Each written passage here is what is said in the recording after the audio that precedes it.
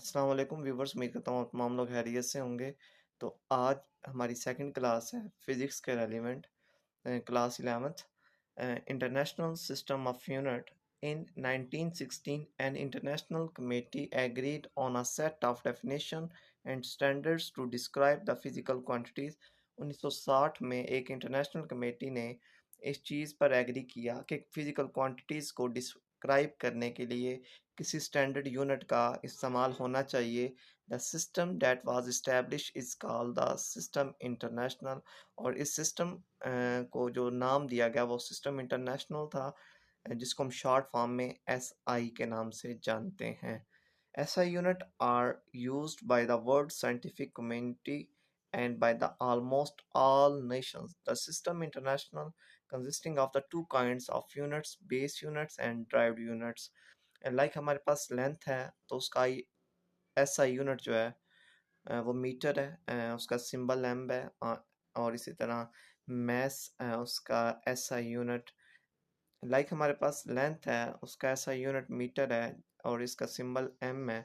इसी तरह mess physical quantity है, उसका SI यूनिट किलोग्राम है और इसका सिंबल केजी है।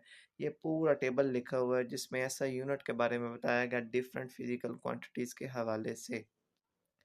So first of all, base unit, and there are seven base units for physical quantities, namely length, mass, time, temperature, electrical current, light or luminous intensity or amount of substance, with special reference to the number of particles.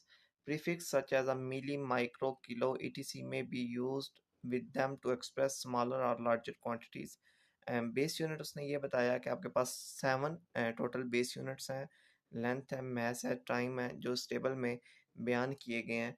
और इसके अलावा prefixes भी हम इस्तेमाल करते हैं, like मिली, micro, छोटी बड़ी वैल्यू को उसकी क्वांटिटी को रिप्रेजेंट करने के लिए। The names of the base unit for these physical quantity together with the symbol, यहाँ पे टेबल 1.1 के अंदर राइट किया गया है इसको, तो इसको देख लीजिएगा, बहुत ईजी है। नेक्स्ट जो है वो derived units.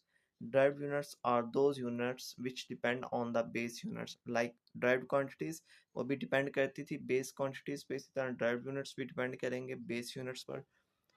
Some of the derived units are given below. One table 1.2 में कुछ यूनिट गिवन है ड्राइव्ड यूनिट्स, लाइक हमारे पास प्लेन एंगल है तो उसका यूनिट रेडियन होगा जिसका सिंबल RAD। और इसी तरह फोर्स है उसका यूनिट न्यूटन है। तो इसको देख लीजिएगा, ये पूरा टेबल लिखा गया है जिसमें तमाम की तमाम ड्राइव्ड यूनिट्स को बयान किया गया है। The unit of plane angle and solid angle have also been included in the list of the derived units since 1995। वो कह रहा है कि प्लेन एंगल और सॉलिड एंगल इसको इंक्लूड किया गया 1995 में, जो हमने यूनिट ड्राइव किए थे उस वक्त। तो उम्मीद करता हूँ आपको ड्राइव्ड यूनिट्स और बेस यूनिट्स की समझ आ गई होगी। तो अगर कोई क्वेश्चन हो तो कमेंट में लाजमी बताइएगा ताकि वो क्वेश्चन क्लियर किया जा सके। ओके, अल्लाह हाफिज़।